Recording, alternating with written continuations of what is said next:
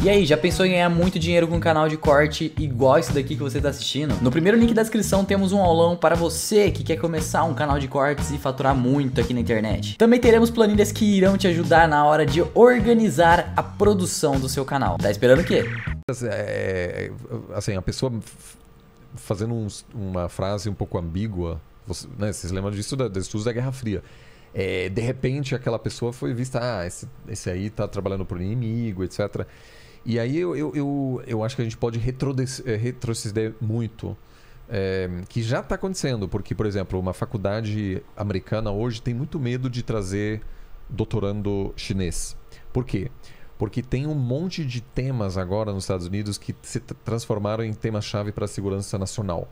Então, engenheiro, um chinês fazendo doutorado em engenharia nos Estados Unidos. Cara, a maioria das faculdades diz, olha, eu prefiro que não, porque se depois esse cara, o governo americano vai dizer, esse cara é um espião, etc. Eu percebi isso pela primeira vez em 2018. Isso já está acontecendo. Quando a gente... Sim, mas assim, por que isso acontece? Eu também acho que acontece porque várias vezes... Assim, primeiro porque a gente tem uma disputa comercial, estratégica, sim. Por empresas que não são empresas privadas. Elas são empresas do governo de controle estatal chinesas. E aí, assim, ela não está indo ali só visando lucro. Ela tem outros objetivos políticos que transcendem a busca do McDonald's vender hambúrguer em Moscou, entendeu? Claro. E assim, se a gente fala disso e não deixar claro a distinção de um projeto de uma empresa estatal, do governo chinês, né? Que tá indo lá para os Estados Unidos e que está tentando acessar aquele mercado. Huawei. Por exemplo. Pronto. Mas ela também não tá puramente indo também assim, só de busca de novos coisa mercados. Sem pedir um cidadão chinês estudar nos Estados Unidos. Mas assim, se essas coisas elas são... Se não existe separação entre o Estado e as pessoas, entre o Estado e as empresas, entre o Estado e a imprensa, entre o Estado e nada, é natural que você vai se preocupar que você está entregando coisas não é para uma pessoa, mas para o Estado. Eu não sei como resolver esse dilema. Sim. Mas é mais um dos dilemas da situação que está sendo criada, uma vez que você está lidando com regimes totalitários em níveis de controle jamais vistos. Sim. Assim, o nível de controle que a tecnologia permite esses ditadores terem hoje é muito superior a qualquer coisa que a gente já viu. Principalmente na China, onde a tecnologia está sendo difundida por toda a sociedade. Sim, mas só para te dar um exemplo, por exemplo, tem nos Estados Unidos o programa Teach for America, né? Ensine para a América, né? Que é uma coisa mais idealista, um pouco típico assim da cultura americana também, que basicamente eles jogam pessoas que acabam de se formar para aldeias chinesas e essas pessoas ensinam inglês. E assim, muita gente fala, esse é um projeto secreto da CIA, não sei o quê. Mas assim, eu conheço muitas pessoas que participaram desses projetos. E assim, essas pessoas depois, eles obviamente aprendem a falar chinês muito bem. E muitos escrevem livros, montam podcasts. E geralmente não chegam a trabalhar para o governo, mas muitas vezes também, sim. Então hoje, boa parte da elite americana sinóloga passou por esse programa. E tem um detalhe engraçado. Se você se candidata para esse programa, você não escolhe o país. Então você vai lá e alguns vão para Honduras, outros vão para, sei lá, Romênia e para a China. Então é meio por acaso. E hoje você tem assim as pessoas que influenciam o discurso público americano e que muitas vezes também trazem um elemento de... Eu não estou aqui querendo humanizar o governo chinês nem nada, mas muitas vezes... essas pessoas são importantes porque eles não só escrevem livros sobre aspectos geopolíticos, etc., mas também trazem elementos do dia a dia da China, né? Enfim, ou da Rússia. E a gente vai passar, infelizmente, por um processo de cortar tudo isso. E aquela experiência em 2018, a gente organizou um livro. Eu participei de um livro organizado pela Universidade de Columbia, uma série de professores americanos, e professores de Tsinghua, que é uma universidade chinesa. Ia ter uma conferência em Nova York e outra na China. Para a conferência em Nova York, os chineses não receberam visto. Então, participou todo mundo menos chinês. Em da China, os americanos não receberam visto. Eu fui a única pessoa que participei das duas conferências. Que volta a ser aquele papel, e aí foi uma pena. O livro foi publicado, etc. Mas isso é meio uma guerra fria econômica. Então, quente, fria, enfim. É uma guerra real, assim, tem coisas reais acontecendo. O outro lado se você vai na China, você vai para a China, seus equipamentos eletrônicos automaticamente estão contaminados com... rastreados. Malwares. Então, assim, a gente, tá bom, né? O Ocidente tem que resolver, mas ele está lidando com um inimigo, com um rival, que ele está jogando um jogo diferente. As nossas regras permissivas, elas em algum momento têm que ter alguma consideração. Senão, nós não temos ferramentas para lidar com isso.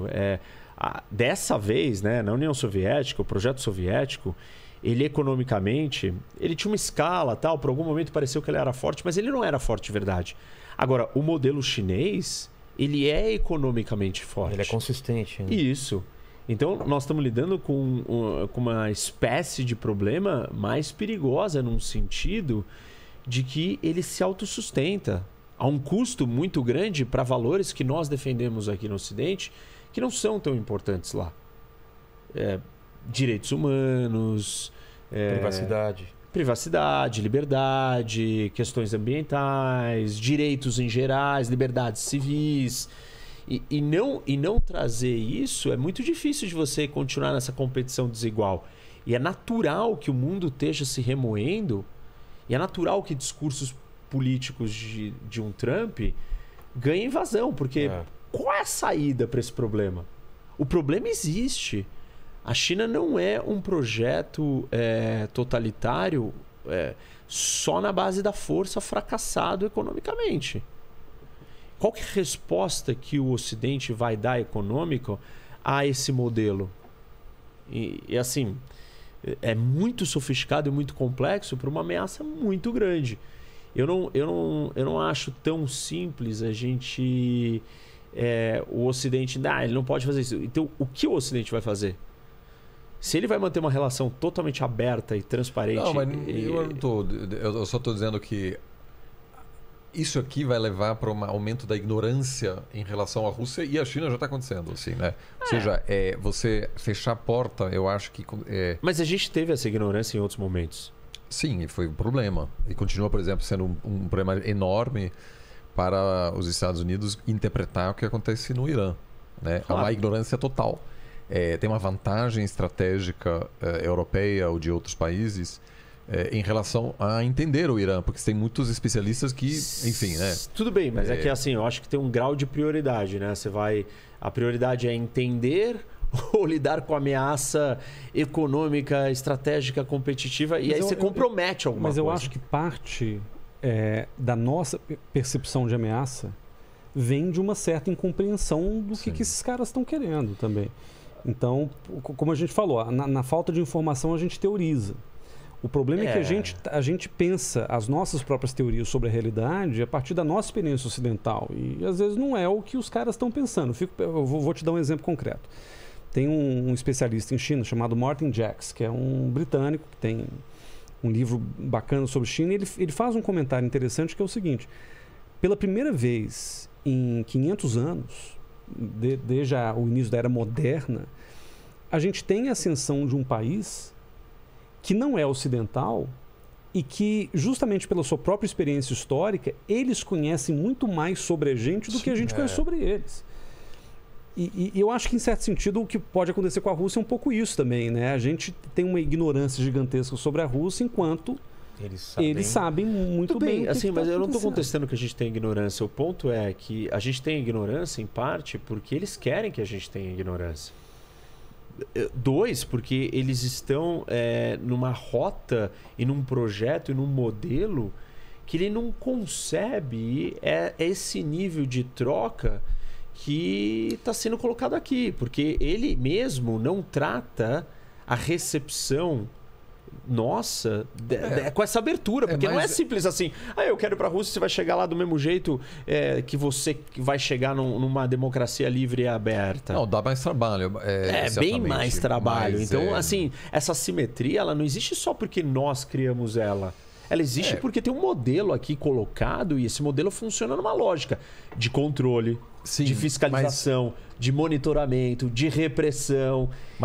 Mas além disso, o que o Guilherme, eu acho que tá dizendo, e aí eu tendo a concordar, né? No fundo, o Ocidente não teve que se dar o trabalho de compreender mesmo, da mesma forma que um país como China, que...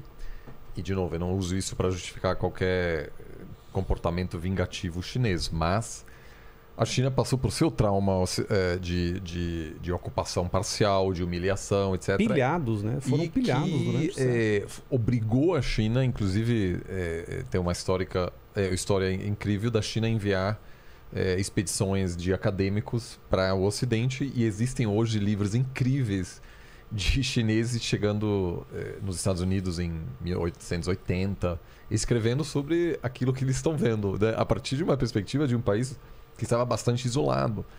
E é uma espécie de Tocqueville chinês, assim, um Tocqueville, um francês que viajou para os Estados Unidos. Esse era o exemplo que eu ia usar. E aí, Tocqueville foi lá, olhou os Estados Unidos, entendeu tudo, escreveu. Então, mas só para dizer...